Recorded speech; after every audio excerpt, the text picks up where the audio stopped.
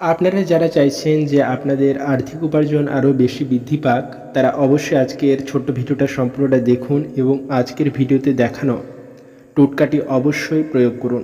দেখবেন আজকের এই ছোট্ট টোটকাটি করলে আপনার উপার্জন করার অর্থ আরও বেশি বৃদ্ধি পাবে এবং আপনি আরও বেশি টাকা উপার্জন করতে পারবেন। আজকের ছোট্ট টোটকাটি সহজ, অত্যন্ত সহজ এবং সেটি অত্যন্ত ফলপ্রদ।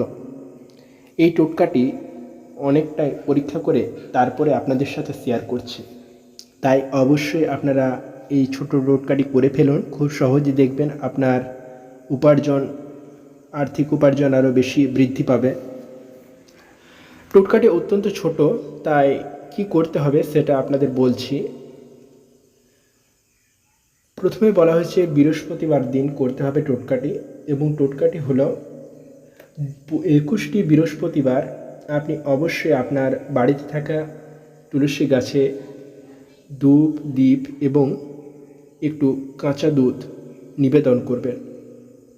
21টি বৃহস্পতিবার মনে রাখবেন, এই 21টি বৃহস্পতিবার ধূপ এবং দীপ তুলসী মন্দিরের কাছে নিয়ে জ্বালিয়ে দেবেন এবং কিছুটা কাঁচা দুধ, একদম জল যেমন মিশিয়ে না থাকে সেটা ধ্যান রাখবেন, জল যেমন না মেশানো থাকে এমন কাঁচা দুধ, একদম খাঁটি কাঁচা দুধ, সেটা তুলসী গাছে নিবেদন করবেন এবং সেটি 21 দিন করবেন বা 21টি বৃহস্পতিবার করবেন।